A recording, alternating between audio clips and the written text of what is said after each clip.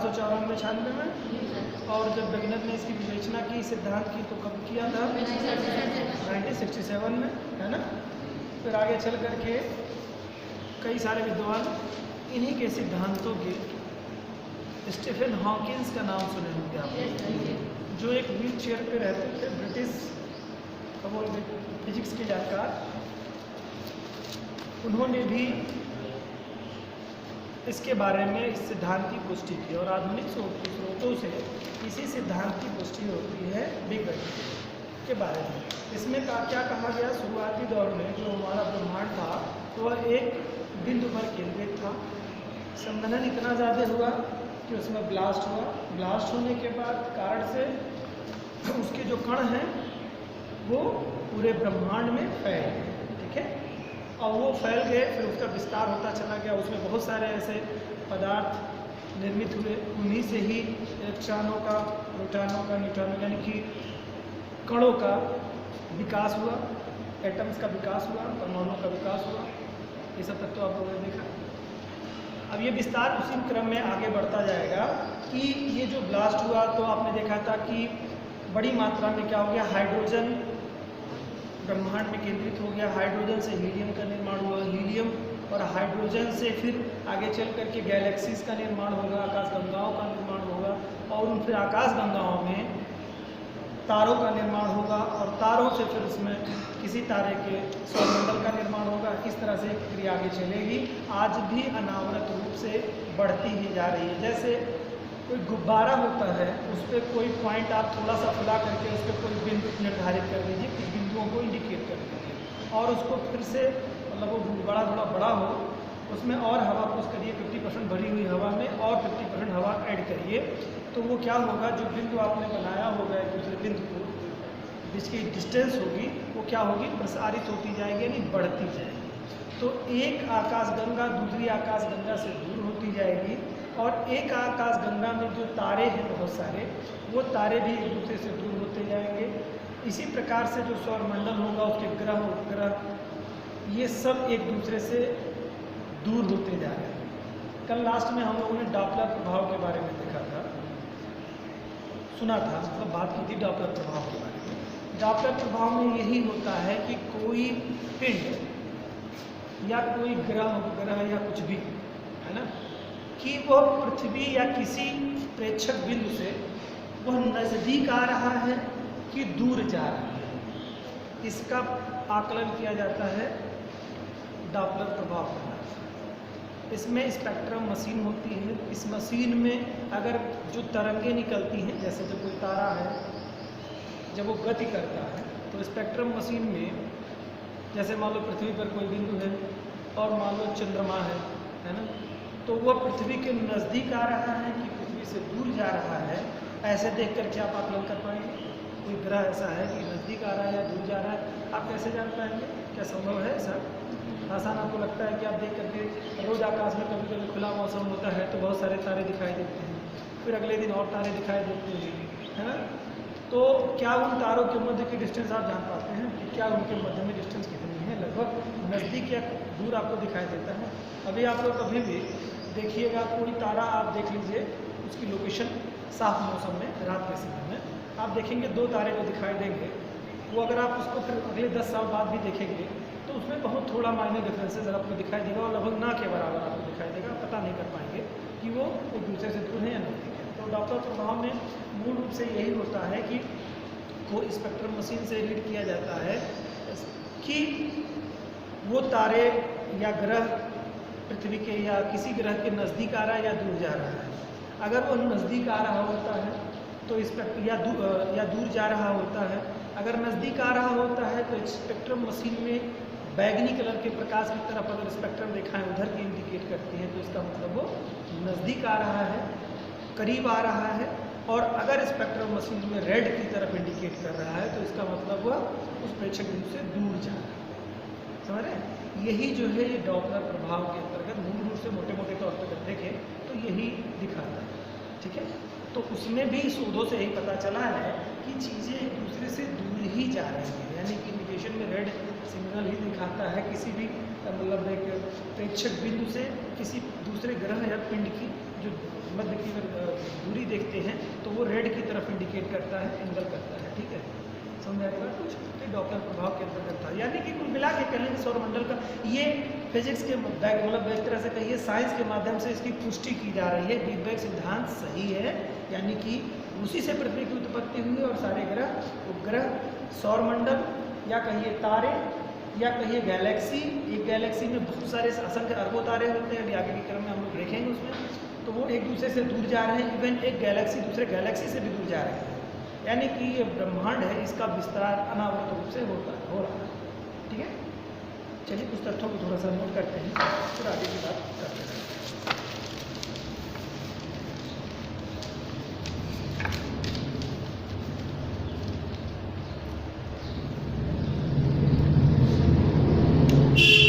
Last हम लोगों ने क्या नोट करा था, क्या हुआ था, यहाँ पे हम लोगों ने देखा था तारों के केंद्र में भारी पदार्थों का गठन होने लगता है। ठीक है, चलिए पैराग्राफ चेंज कर लेते हैं बेटा, नोट करते हैं। बिग बैंग सिद्धांत के लगभग, बिग बैंग सिद्धांत नहीं, बिग बैंग के लगभग यानी महाविस्फोट के लगभग, ऐसे करिए महाविस्फोट के लगभग या बिग बैंग के लगभग 10.5 अरब वर्ष पूर्व,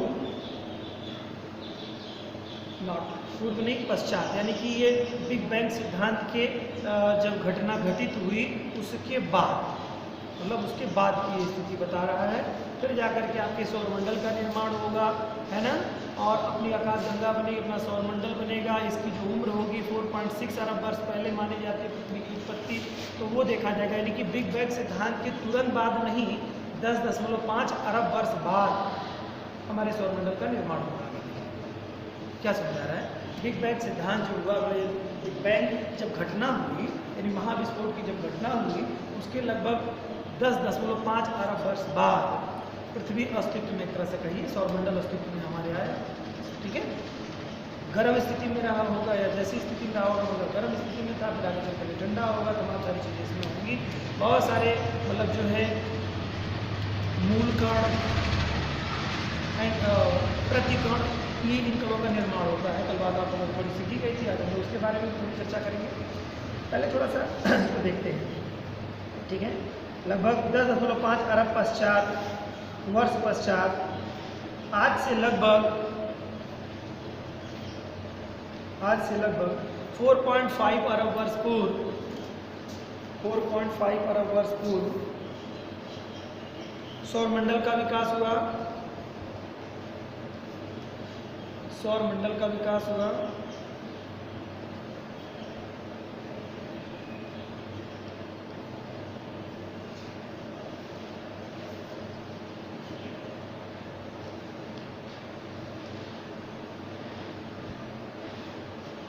जिसमें ग्रह तथा उपग्रह, ग्रहों तथा उपग्रहों का विकास हुआ या निर्माण हुआ।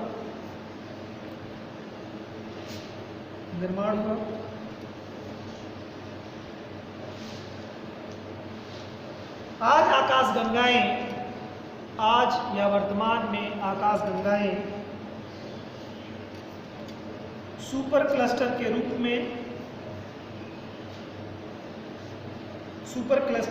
में पूंजीभूत है, यानी अंदर दिखाई दे रही हैं, चमक रही हैं।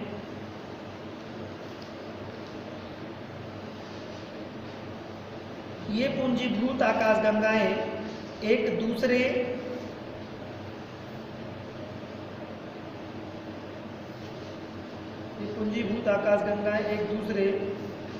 पुंजों से 100 से 400 मिलियन प्रकाश वर्ष दूर, 100 से 400 मिलियन प्रकाश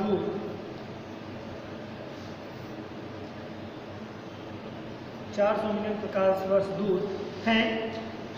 इनके मध्य का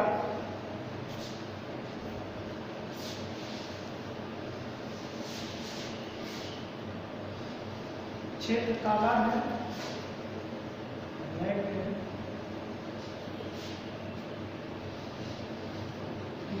आकाशगंगाएं, सैकड़ों अरबों गैलेक्सीज हैं, आकाशगंगाएं हैं। जैसे आप लोगों ने सुना, जान रहे होंगे पहले से कि हमारी आकाशगंगा का क्या नाम है, मिल्की वे, है ना, दुग्ध मेखला नाम सुने होंगे।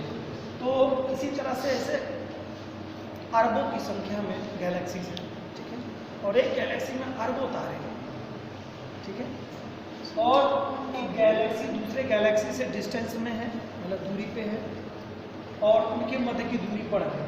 एक गैलेक्सी से दूसरे गैलेक्सी के मध्य की दूरी बढ़ रही है, और जब गैलेक्सी के मध्य की यानी एक गैलेक्सी और एक गैलेक्सी के मध्य की डिस्टेंस बढ़ रही है, और इसमें एक गैलेक्सी में अरबों तारे हैं, तो बहुत सारे तारों के सौरमंडल भी हैं, तो वो भी आपस में विकास कर रहे हैं, यानी सब एक दूसरे से दूर जा रहे हैं, कोई एक दूसरे के करीब नहीं आ रहा।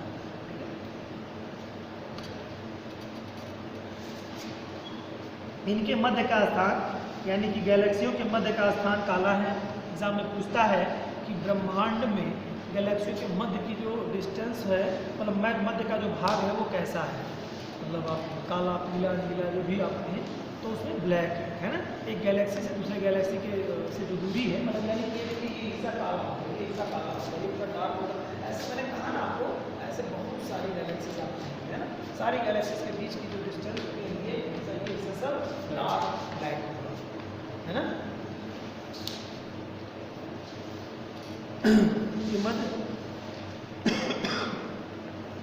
मध्य का स्थान काला है।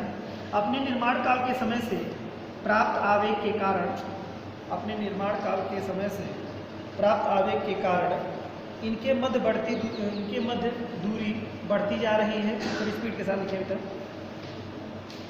के मध्य की दूरी बढ़ती जा रही है।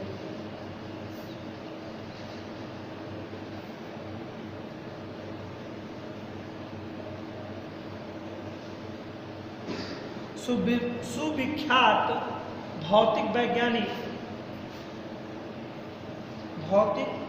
वैज्ञानिक या विज्ञानी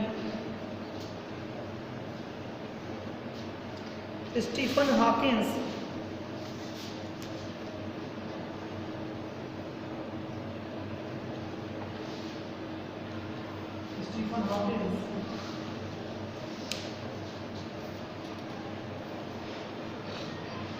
ने अपनी पुस्तक, हाईलाइट करिएगा, समय का संक्षिप्त इतिहास, समय का संक्षिप्त इतिहास, समय का संक्षिप्त इतिहास,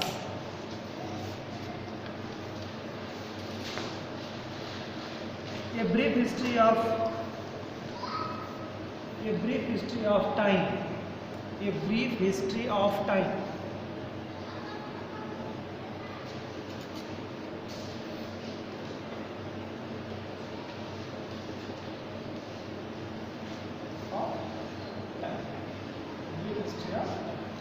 किसकी पुस्तक है, पूछा एग्जाम में, स्टीफन हॉकिंस, ठीक है, जो आपने देखा होगा न्यूज़ चैनलों पे, उसमें देखा होगा कि एक व्यक्ति व्हील चेयर पर बैठे हुए आपको दिखाई दिए होंगे, जिनके शरीर के बहुत सारे हिस्से काम नहीं करते, वही स्टीफन हॉकिंस थे। अभी वो रहने गए हैं, अभी नहीं रहे।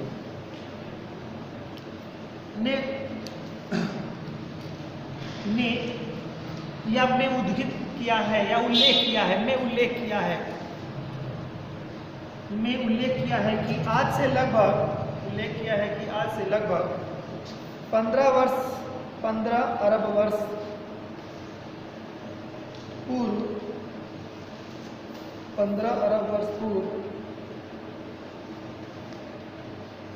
ब्रैकेट में लिख सकते हैं, आधुनिक खोजों के आधार पर 13.7 अरब वर्ष पूर्व,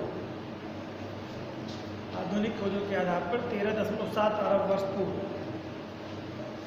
वैसे 15 अरब वर्ष पूर्व ब्रह्मांड का अस्तित्व,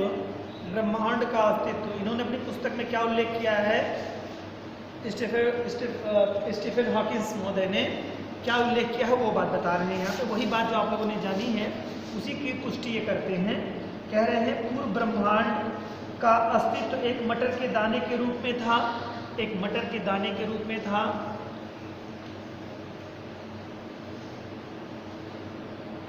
इसके पश्चात बिग बैंग सिद्धांत का समर्थन करते हुए, इसके पश्चात बिग बैंग सिद्धांत का समर्थन करते हुए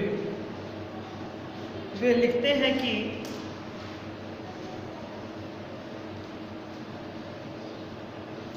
महाविस्फोट के पश्चात ब्रह्मांड का स्वरूप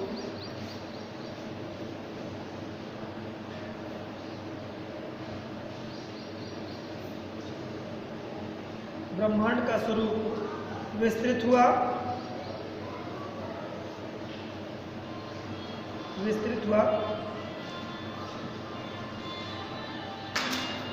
आज वही मटर के दाने के आकार का ब्रह्मांड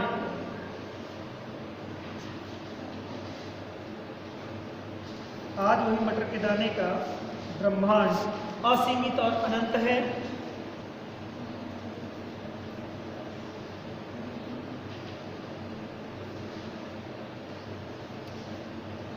ये तो पुष्टि हो गई स्टेफोर्ड हॉकिंस महोदय के लिए। इसके बाद हब्बल महोदय ने भी इसकी पुष्टि की है ना। तो उसकी मतलब एक तरह से आप समझिए कि बिग बैंग सिद्धांत की पुष्टिकर्ता लोग हैं, ठीक है। ये बड़े वैज्ञानिक लोग हैं, स्टेफोर्ड हॉकिंस महोदय भी हैं, हब्बल महोदय, हब्बल दूरबीन का नाम सुने होंगे आप लोग, ठीक है। तो वो उसकी पुष्टि कर रहे हैं बिग बैंग सिद्धांत से ही ब्रह्मांड की उत्पत्ति हुई। चलिए आगे चलते हैं। अमेरिकी खगोलविद एडविन हब्बल ने बताया कि आकाश गंगाओं के बीच दूरी बढ़ रही है।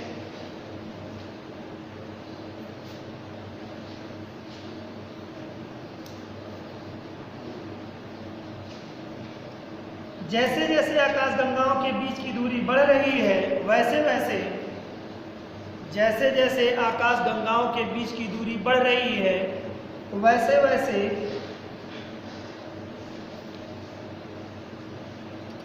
वैसे हाईलाइट कर लीजिएगा, इनके दूर जाने की गति भी तेज होती जा रही है। जैसे जैसे इनके बीच की दूरी बढ़ रही है, वैसे वैसे इनके दूर जाने की गति भी तेज होती जा रही है। वैसे वैसे इनके दूर जाने की गति तेज होगी। इसका क्या मतलब हुआ? इसका मतलब ये हुआ कि एक आकाशगंगा दूसरी आकाशगंगा से दूर जा रही है, और जैसे दूरी बढ़ रही है स्पीड बढ़ जा रही है। यानी मान लो कि कोई भी स्पीड है, उस स्पीड में और बढ़ोतरी हो जा रही है। जैसे दूर गई तो मान लो 1 किलोमीटर प्रति सेकंड चल रही है, 1 मिनट के लिए मान लो, तो अगला हो गया सवा किलोमीटर हो गया 1 मिनट में, फिर आगे चलते 2 किलोमीटर हो गया 1 मिनट में।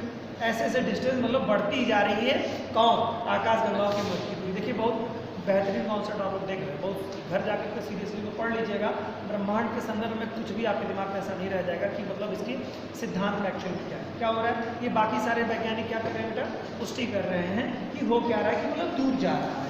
और दूर जाने के क्रम में अगर एग्जाम में ऐसे क्वेश्चन पूछ लेगा, डीप में आ जाएगा और पूछ लेगा उसमें से कि मतलब क्या हो रहा है ब्रह्मांड के मध्य की दूरी जो बढ़ रही है, मतलब एक गैलेक्सी दूसरे गैलेक्सी से दूर जा रही है, या एक ग्रह दूसरे ग्रह से दूर जा रहे हैं, एक तारा दूसरे ग्रह से दूर जा रहा है, तो क्या इसके बढ़ने के मतलब दूर जाने से क्या उनकी गति में भी कोई परिवर्तन आ रहा है? तो गति क्या हो रही है? बढ़ रही है, ठीक है। जितने दूर जा रहे हैं उतने तेज हो रहे हैं। हम आपके डिस्टेंस पे हैं, ठीक है, और हम पीछे पीछे जा रहे हैं, और हमारी डिस्टेंस जैसे जैसे बढ़ रही है, आपकी डिस्टेंस जैसे जैसे बढ़ रही है, एक दूसरे की स्पीड भी बढ़ती चली जा रही है। ये पुष्टि करते हैं हब्बल महोदय, होती जा रही है। इसकी तुलना हम एक फूलते गुब्बारे से कर सकते हैं। इसकी तुलना हम एक फूलते गुब्बारे से कर सकते हैं। अगर हम इस गुब्बारे पर कुछ छोटे छोटे बिंदु बना दें, अगर हम इस गुब्बारे पर कुछ छोटे छोटे बिंदु बना दें,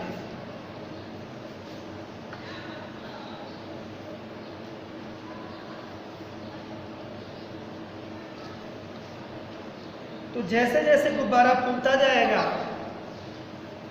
वैसे वैसे बिंदु भी एक दूसरे से दूर होते चले जाएंगे।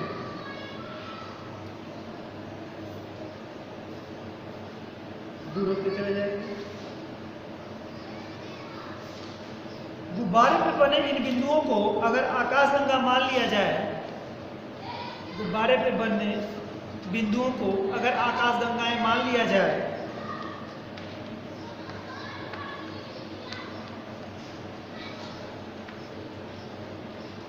तो ब्रह्मांड के प्रसार के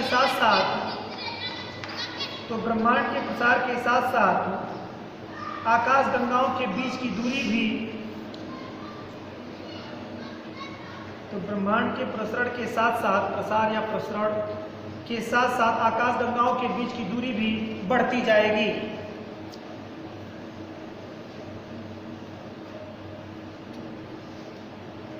बीच की दूरी बढ़ती जाएगी, जिसकी पुष्टि साइंस के या विज्ञान के डॉपलर प्रभाव से समझी जा सकती है।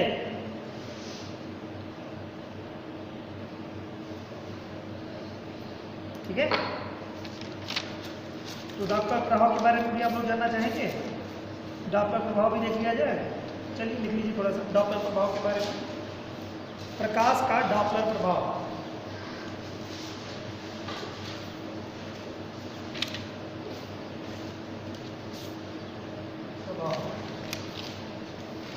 क्या कहता है प्रकाश का डॉपलर प्रभाव? नोट करें, मैंने जो आपको समझाया।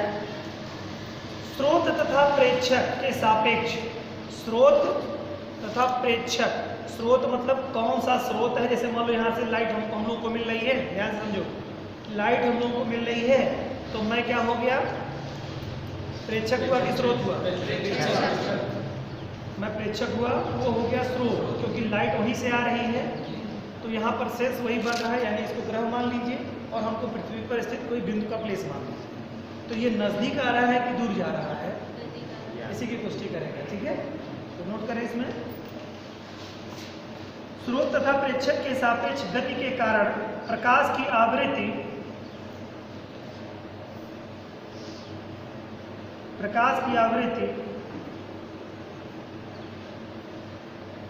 या इसी को ही आप तरंगदैर्घ्य भी कह सकते हैं, औलिक तरंगदैर्घ्य, आवृत्ति अथवा तरंगदैर्घ्य में प्रेक्षित आभासी परिवर्तन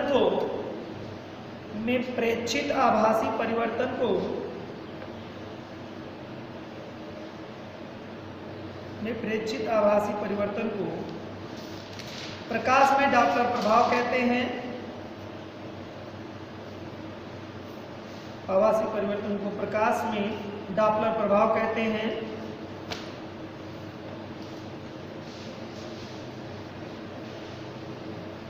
प्रकाश के डॉपलर प्रभाव से तारों तथा गैलेक्सियों की गति का, तारों अथवा गैलेक्सियों की गति का अनुमान लगाया जा सकता है।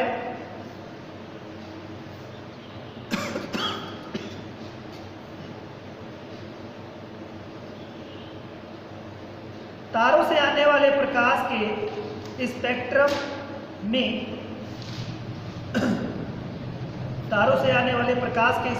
में हाइड्रोजन, हीलियम, सोडियम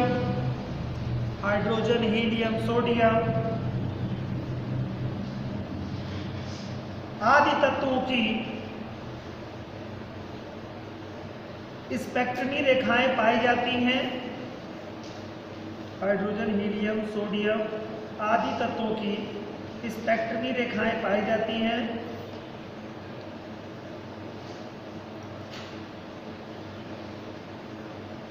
यदि कोई तारा पृथ्वी पर स्थित प्रेक्षक से दूर जा रहा हो,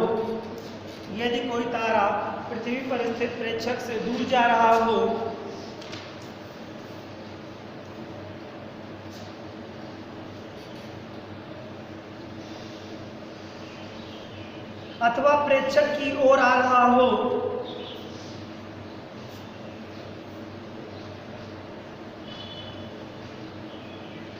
तो इसके प्रकाश की स्पेक्ट्रमी रेखाएं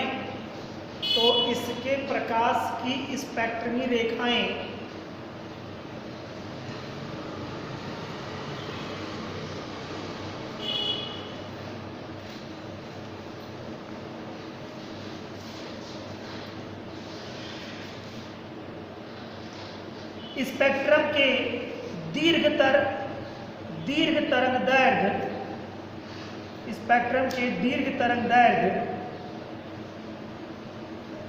अथवा लघु तरंग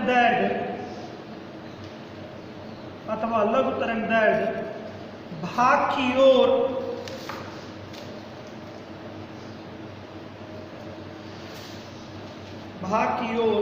विस्थापित हो जाएगी।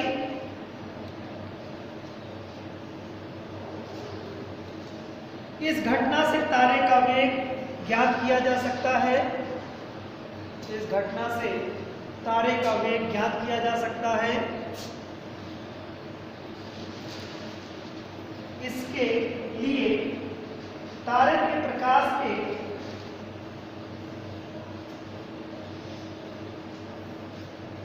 स्पेक्ट्रमी रेखाओं की, तारे के प्रकाश की स्पेक्ट्रमी या स्पेक्ट्रम रेखाओं की प्रयोगशाला में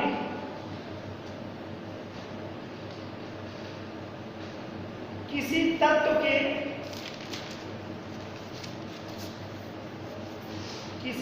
के स्पेक्ट्रम में प्राप्त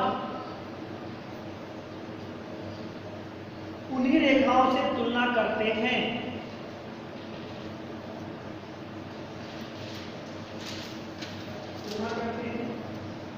यदि स्पेक्ट्रमी रेखाएं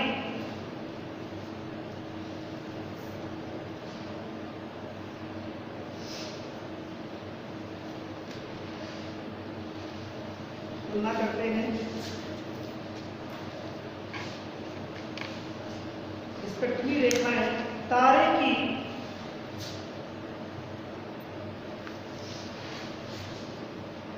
स्पेक्ट्रमी रेखा, सेंटेंस ऐसे कर लीजिए, यदि तारे की स्पेक्ट्रमी रेखाएं, यदि तारे की स्पेक्ट्रमी रेखाएं इस स्पेक्ट्रमी के दीर्घ तरंग दैर्घ्य, तो दीर्घ स्पेक्ट्रम में जो निशान बने होते हैं, जो कलर बने होते हैं, मैंने अभी आपका जिक्र किया था कि रेड और बैगनी, अगर बैगनी की तरफ है तो क्या हो रहा है, नजदीक है, आ रहा है तो करीब आ रहा है, और अगर रेड है तो दूर जा रहा है। तो जब दीर्घ तरंग दैर्घ्य होगी तो रेड होगा और लघु तरंग दैर्घ्य होगी तो बैगनी होगा। वही चीज कह रहे हैं। तो यहाँ पे आपने सब यूज किया है दीर्घ तरंग दैर्घ्य, यानी कि ब्रैकेट में लिख सकते हैं रेड। देखिए, यदि तारे की स्पेक्ट्रमी रेखाएं स्पेक्ट्रमी के दीर्घ तरंग दैर्घ्य ब्रैकेट लाल भाग की ओर विस्थापित हैं, तो तारा पृथ्वी से दूर जा रहा है। विस्थापित हैं तो तारा पृथ्वी से दूर जा रहा है।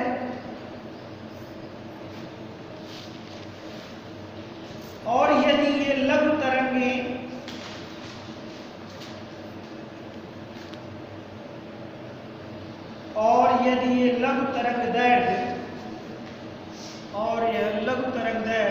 इन ब्रैकेट बैगनी भाग की ओर विस्थापित हैं, तो बैगनी भाग की तरफ विस्थापित हैं, तो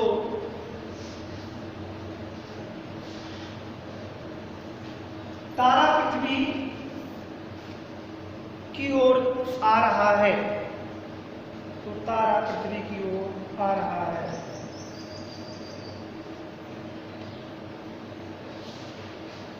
वे सभी आकाशगंगाएं, आगे लिखिए इसे बेटा, वे सभी आकाशगंगाएं जिनके लिए डॉपलर विस्थापन का मापन किया गया है, जिनके लिए डॉपलर विस्थापन का मापन किया गया है, उन सभी में अभिरक्त विस्थापन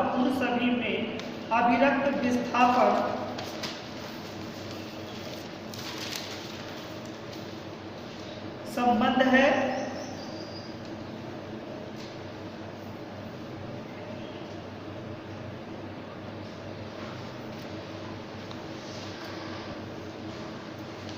नई जानकारी या नई शोधों के आधार पर या नई जानकारी मिलने की उम्मीद है या नई जानकारी मिलने की संभावना है।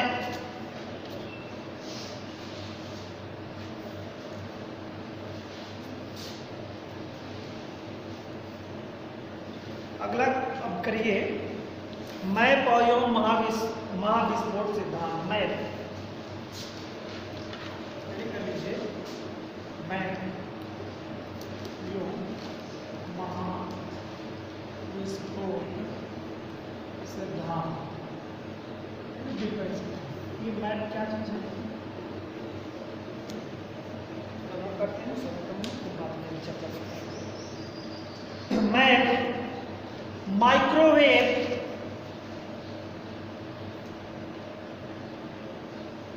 एनिस्ट्रॉफी ANIS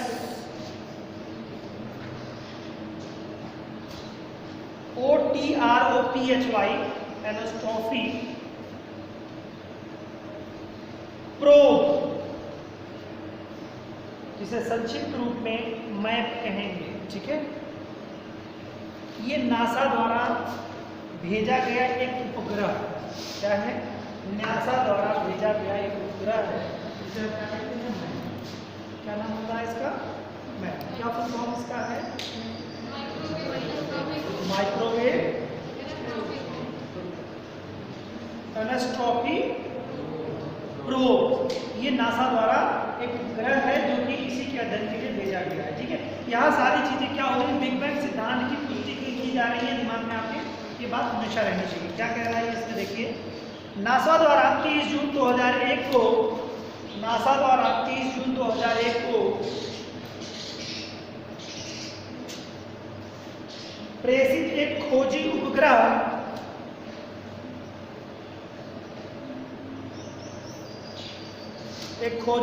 था जिसका उद्देश्य था ब्रह्मांड उत्पत्ति के महाविस्फोट सिद्धांत की पुष्टि करना। महाविस्फोट सिद्धांत की पुष्टि करना। मैप से प्राप्त चित्रों के आधार पर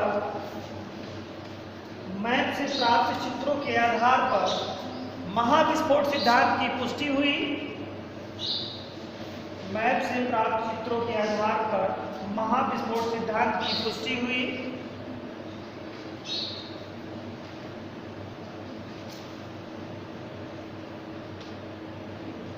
तथा मैप ने यह भी आकलित किया कि तारों का अस्तित्व तथा मैप ने यह भी निर्धारित किया या आकलित किया कि तारों का अस्तित्व महाविस्फोट के प्रायः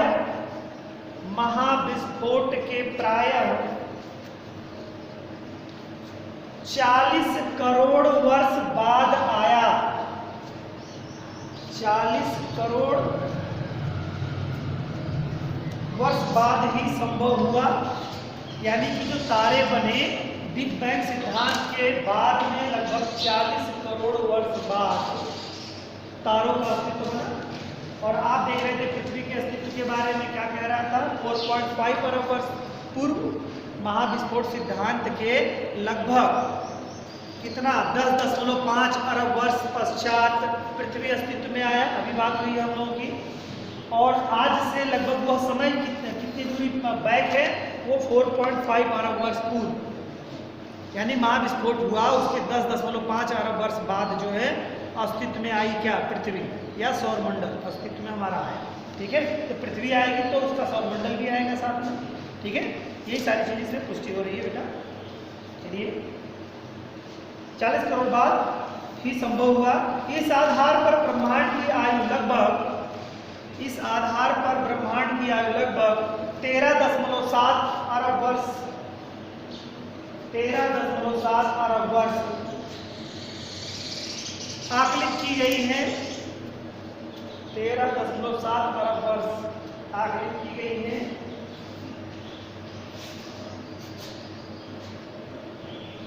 इसकी उद्घोषणा या पुष्टि नासा ने 11 फरवरी 2003 को की।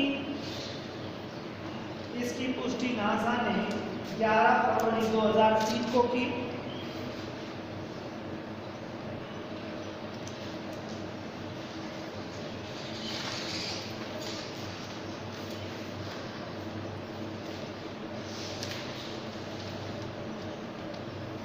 अब अगला करिए कोबे योजना कर लीजिए। कोबे योजना कोबे योजना क्या है? चलिए, बिग बैंग के सदस्यों का पता, बिग बैंग के रहस्यों का पता, बिग बैंग के रहस्यों का पता लगाने के लिए यूएसए के वैज्ञानिकों ने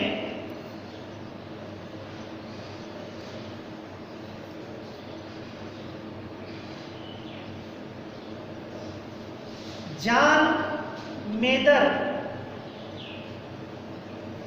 या यूएसए के वैज्ञानिक जॉन मेदर, वैज्ञानिकों ने या वैज्ञानिक कर सकते हैं, नाम एक है तो सिंपल है। वैज्ञानिक जॉन मेदर ने एक योजना कोबे को 1965 में प्रारंभ किया।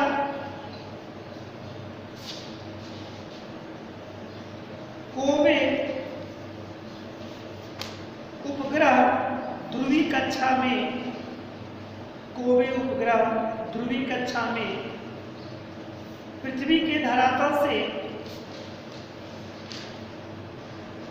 894 किलोमीटर की ऊंचाई पर उड़ रहा था।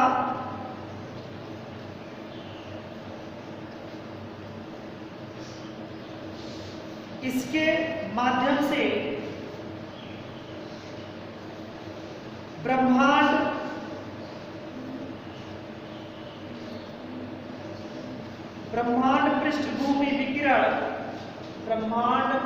पृष्ठभूमि विकिरण या प्रकाश के कण फोटॉन का अध्ययन किया गया। प्रकाश के कण फोटॉन का अध्ययन किया गया। यह विकिरण ऊर्जा का एक पुंज होता है या पैकेज होता है, मतलब बड़ी संख्या में इसमें प्रकाश पुंज होते हैं। यह विकिरण ऊर्जा का पैकेज होता है या पुंज होता है।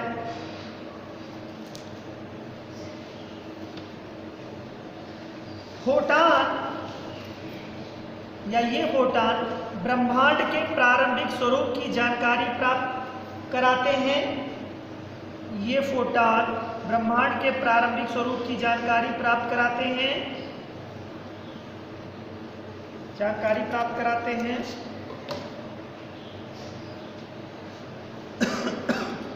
जैसे जैसे तारे के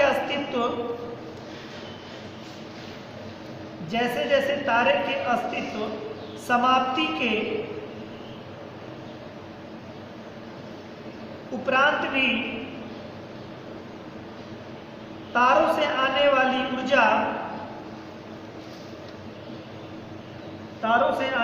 ऊर्जा हमें उसके अस्तित्व का बोध कराती है।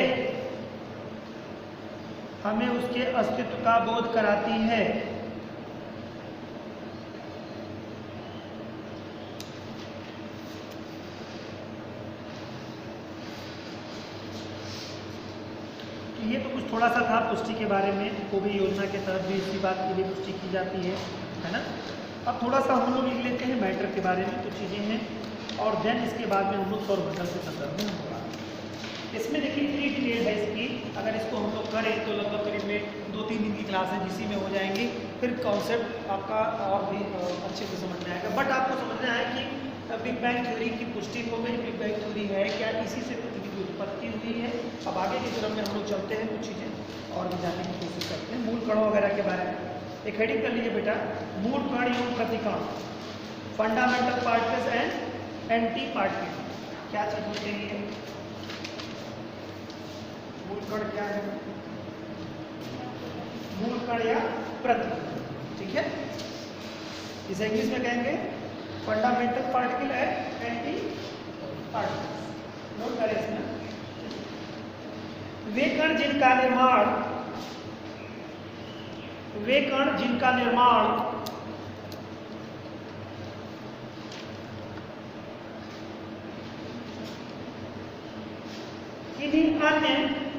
किन्हीं अन्य कणों से नहीं होता, किन्हीं अन्य कणों से नहीं होता,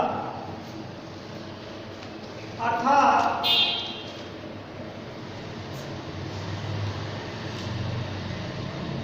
जिनकी कोई संरचना नहीं होती, अर्थात जिनकी कोई संरचना नहीं होती,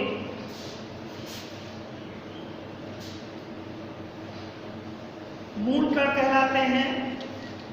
मूल कण कहलाते हैं, फंडामेंटल पार्टिकल कहलाते हैं, मूल कण कहलाते हैं। पहले वैज्ञानिकों का मानना था या विचार था, पहले वैज्ञानिकों का मानना था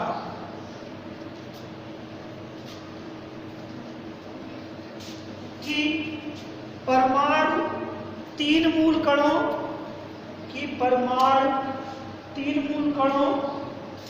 जान ही रहे होंगे आप लोग, इलेक्ट्रॉन, प्रोटॉन और न्यूट्रॉन। तीन मूल कणों लिखे नाम इनके, इलेक्ट्रॉन, प्रोटॉन, न्यूट्रॉन से मिलकर बने होते हैं। ये पहले की धारणा थी बेटा, न्यूट्रॉन से मिलकर बने होते हैं। किंतु आज मूल कणों की संख्या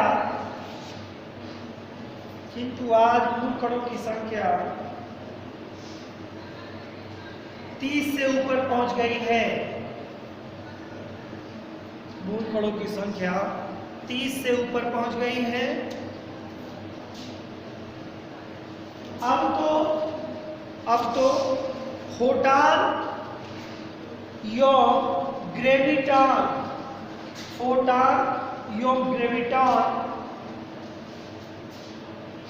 भी मूल कणों की श्रेणी में गिने जाते हैं, मूल कणों की श्रेणी में गिने जाते हैं या शामिल किए जाते हैं। इन मूल कणों से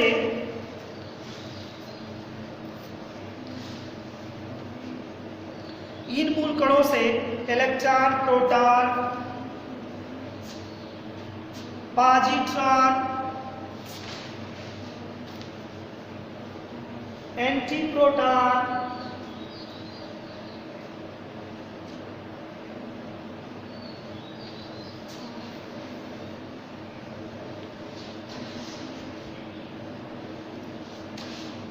अस्थायी कण है, अस्थायी कण है, जबकि न्यूट्रॉन एवं सभी प्रकार के मेशान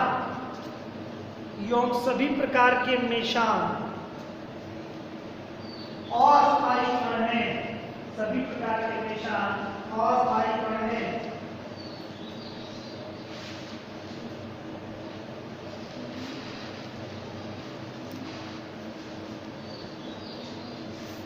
जब दो कण आपस में एक दूसरे का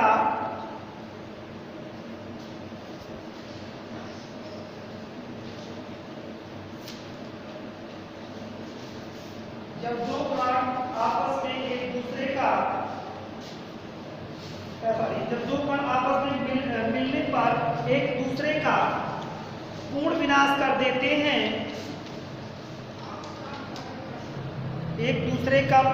कर देते हैं, तो उनमें से एक कण दूसरे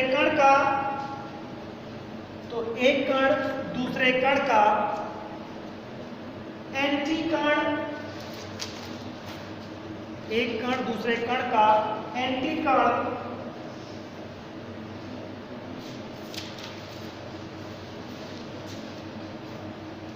अथवा